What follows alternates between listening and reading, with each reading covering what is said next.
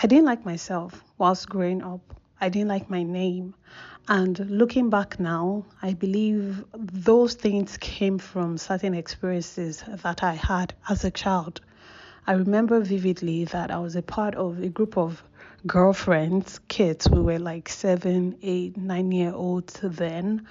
We all attended the same school, and attended the same church as well. So we were a group of friends. Maybe we were like 5 or 6 of us. I don't even remember if it maybe 7. It was quite a number of us. And, several things will happen in that group. And I just realized that my opinion never counted as much. Or when we'd play games and, people would choose who they wanted to be on the team with, I'd always get chosen last. Whew, thinking about it now as a child, I can remember how hurtful it was and how it made me work even harder to get the approval of my other friends, like, oh, maybe I wasn't dressing nice enough, or maybe I wasn't wearing, good shoes, and maybe I wasn't making enough effort. Maybe if I did this for them or did that for them. And it wasn't even something that happened within us kids, within our age group, even older friends of ours, older girls at the time, they would want to do things and they would want to pick people to do things with them, and they would pick everyone else. And I was always like at the bottom of the barrel. It was always like, oh, okay, well, Nikki, go on this person's team since nobody chose you. And I realized that what was consistent was, number one, the fact that some of the other girls were prettier, they were better liked than I was. And I didn't know why. It wasn't like, I was a child as well. I wanted to be accepted. I wanted to be liked and loved as well. So it wasn't like I was a mean child or anything. No, I just wasn't always chosen, and it affected me a lot. I started to question myself. I started to say to myself that, oh, maybe it's my name. My name sounds very local, Adenike. Why didn't my mom give me an English name? Maybe if I had an English name, maybe I would be prettier, I remember I went to my mom then and I said to her that I didn't like my name, that I wanted to change my name from Adenike to Oluwatosin, which is my middle name, that I think Tosin is better. I want to be Tosin. I don't want them to call me Adenike anymore. And she laughed and, dismissed, a typical Nigerian parent, completely dismissed the idea. And that never happened. I tried to go about being called Tosin, every now and then, maybe by people who were meeting me for the first time, but it just never stuck, because most people already knew me as Adenike. And this was something that started happening when I was like 7, 8, 9, so I was still very much in primary school. But then it followed me into secondary school as well, which is high school in Nigeria. I was in the boarding house, and again, ended up with a group of girls that I believed were my friends, but again, were better liked by other people, and they just tolerated me being a part of that friendship group. As a result of, we like this person, Oh, okay, she's their friend too. Okay, she can come along, that kind of thing. So I dealt with that a lot growing up, and I would say to myself, oh, maybe if I was prettier, maybe if my parents had more money, maybe this, maybe that. But then I got to a point where I was like, you know what? I can't change my looks, but what I can do for myself is just to strengthen the things that make me different, strengthen the things that make me special, And as a child, I was very talented, and I would still say I am. But as a child, I had so many forms of expressions when I was in secondary school. So I started to channel my energy towards those things. Like I was in the cultural dance group, I was in a drama group, I was on the relay team, I was in the basketball team, I was in the Bible study group. I was I was doing a lot of things whilst still, maintaining my academics and all of that. I was doing sports, and I was just doing so many things because those were the ways I figured I could express myself and have people accept me for who I was. And one of the decisions I made at that time was to also smile more and laugh more, because I was like, maybe if I was more friendly, maybe if I cracked jokes and all of that, maybe people would love me even more. So I spent a lot of time just trying out those things, just trying to be like, I guess, quote unquote, a better version of myself. But really, my motivation was just so that people could like me and so that I could be chosen, so that I won't always be the last person picked to join the team, so that I didn't feel like, I was just being tolerated. And I would say the older I got, towards the end of my secondary school years, by the time, of course, I was a senior, so there was really no one to bully me and all of that. But I was starting to come into my own. I had joined a teenage dance team in church, and I was attending teenagers church, in our church at the time. So, my mind was opening up. I was meeting people from other cultures and tribes, and, my mind was starting to open up. And I would say that's when I really started to come into myself, because I started to make friends that were challenging my intellect. So, we're getting older, so there was really no situation of, there's a clique here and there's a clique there anymore. It was just more like, who are you and what do you do, and what school are you going to, what uni do you go to, what do you do in uni, and all of that, right? I've shared all of these to say that we sometimes underestimate how much our childhood, build us and shape us into who we become as adults. I still have certain insecurities that were, I guess I would say, insecurities that came or started from my childhood, insecurities about my look, insecurities about my speech, insecurities about different things. I'm sure you have insecurities as well, especially when you have been either bullied or teased by those or with those insecurities, even by our siblings. Sometimes maybe they just jokingly say, you that you look like this, or you that you walk like this, or something. And maybe they're just saying it innocently, but as a child, it gets stuck in your head and you're like, there's something wrong with me. That's why this person doesn't want to play with me. That's why, I didn't get a job or something, And, I didn't get a job now as an adult. But the point is, our childhood, it shapes us a whole lot more than we think.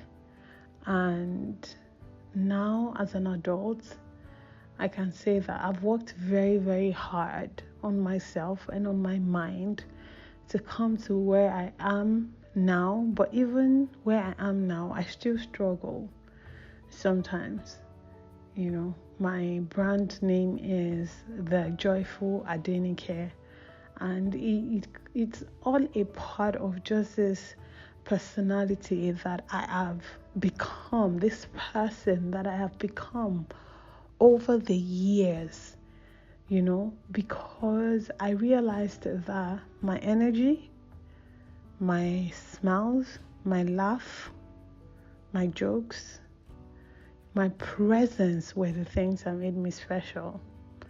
It wasn't my beauty, it was who I was as a person and how I made people feel when they came around me.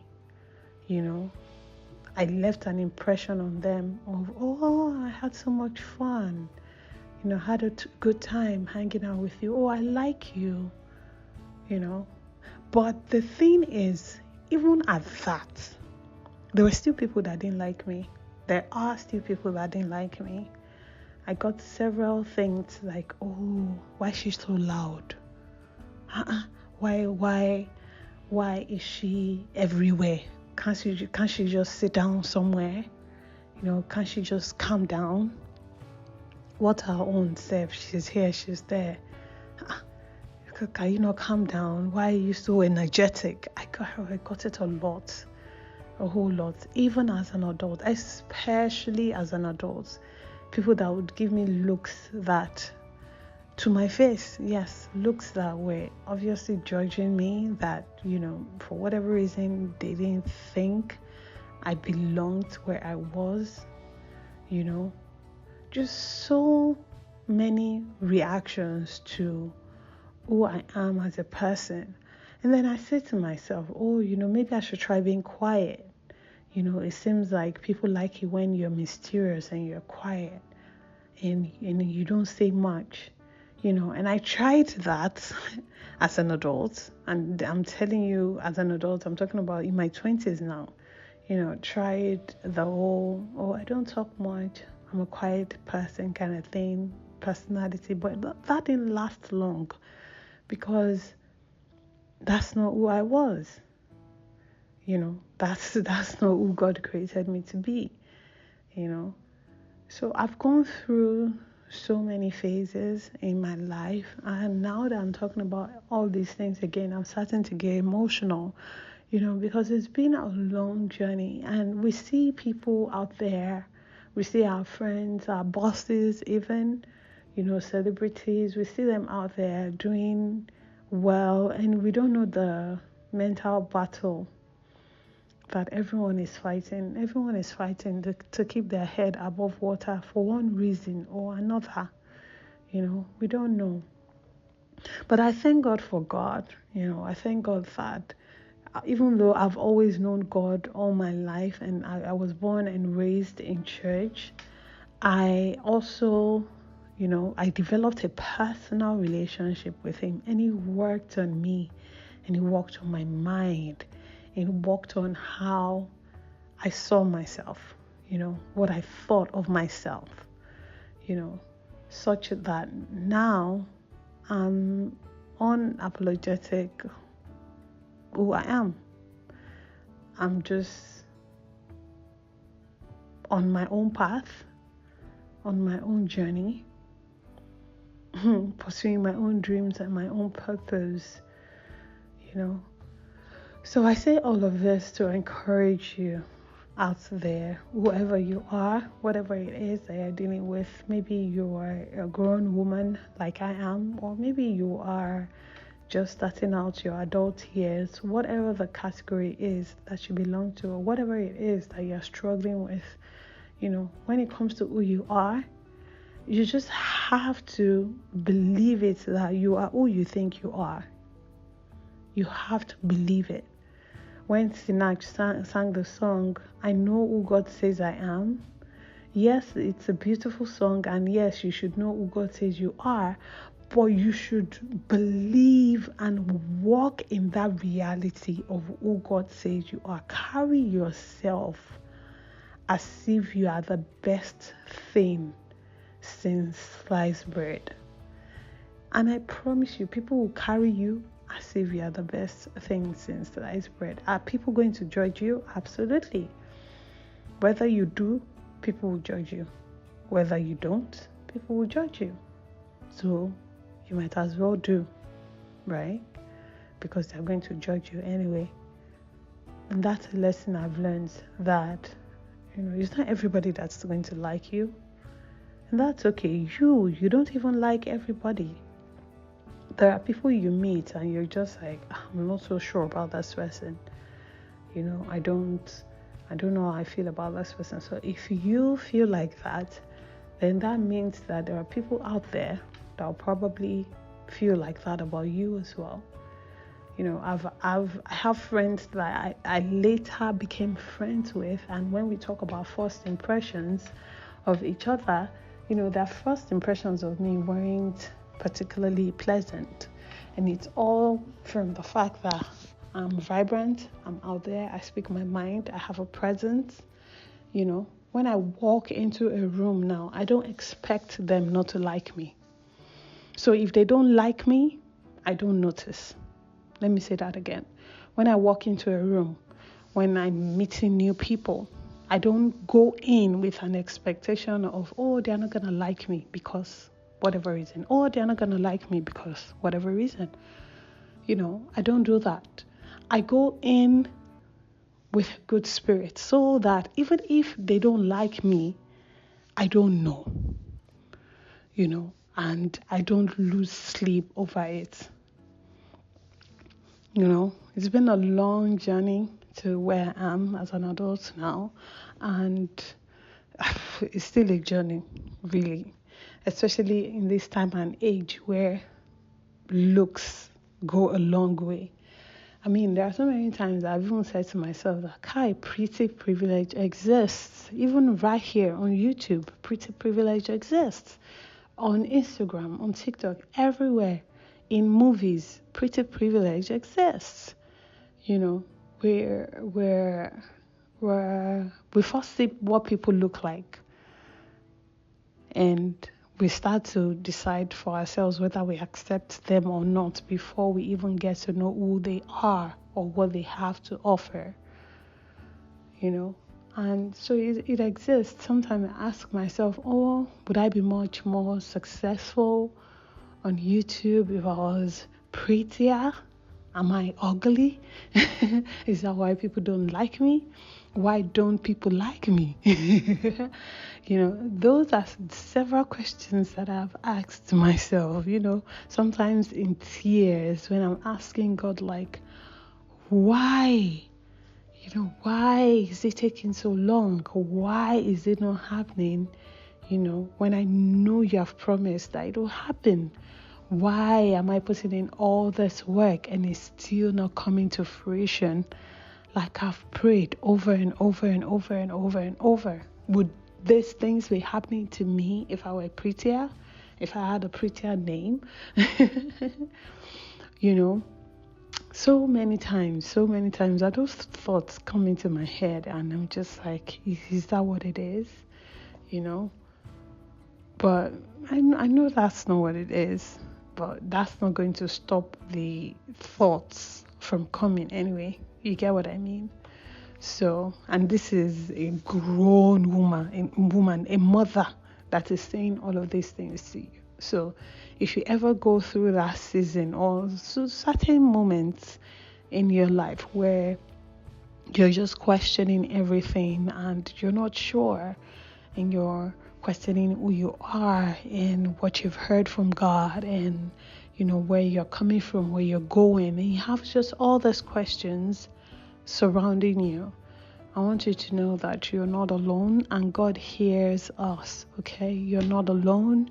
Keep pushing, keep trying, keep showing up, keep putting your best foot forward, keep being the best version of yourself. Keep believing that you are who you say you are, and you are who you think you are, because that is going to reflect in everything that you do.